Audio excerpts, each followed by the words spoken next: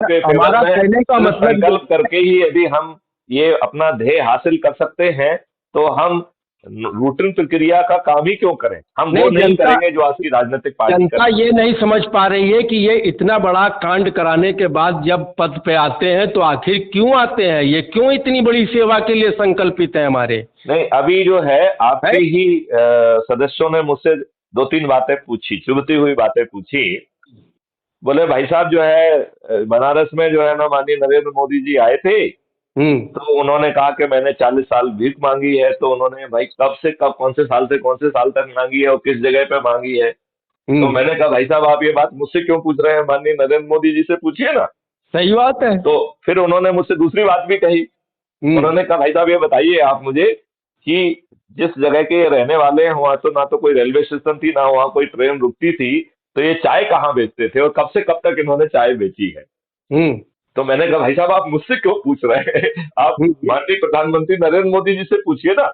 हाँ हाँ। और हमने उनसे ये भी कहा कि जो व्यक्ति यदि हाँ, देश के साथ ये तो अपने है आप को नहीं। सत्ता में बनाए रखने के लिए कहानी गढ़ रहा है, हम्म। तो उसके चरित्र को आपको समझना चाहिए। हम्म।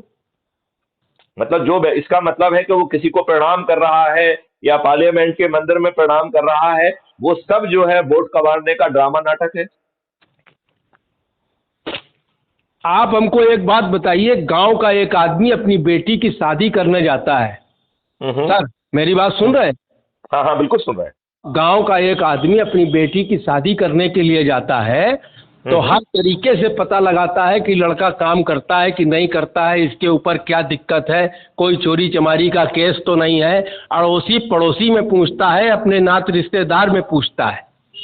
बाबा बिल्कुल जी ने सही। कहा कि जब तुम वोट देने जाते हो तो तुमने कभी पूछा कि भाई तुम कहाँ वो से आए इसलिए हो, नहीं पूछता है, क्या उसे लेकर उसे के। मालूम है कि जितने भी लोग खड़े हुए हैं सब साले चोर हैं। इनका यही चरित्र है, तो पूछने से क्या फायदा है? जिनमें से जो ज्यादा पैसा दे दे उसको वोट दे दो यार। 500 रुपए में और हाँ। 5 किलो राशन में तुम्हारा देशभक्ति बिक रही है, तो आप नहीं, बताइए वो क्या कहा देशभक्त जाए। है ही नहीं। हम्म। उनके तो जीवन को इन्होंने फ्रीबी बांट कर, दारू बांट के एक कीड़े मकोड़े का जीवन कर दिया है। हम्म। वो हमारे लोग समझ ही नहीं रहे हैं कि वो एक कीड़े मकोड़े का जिंदगी जी रहे हैं।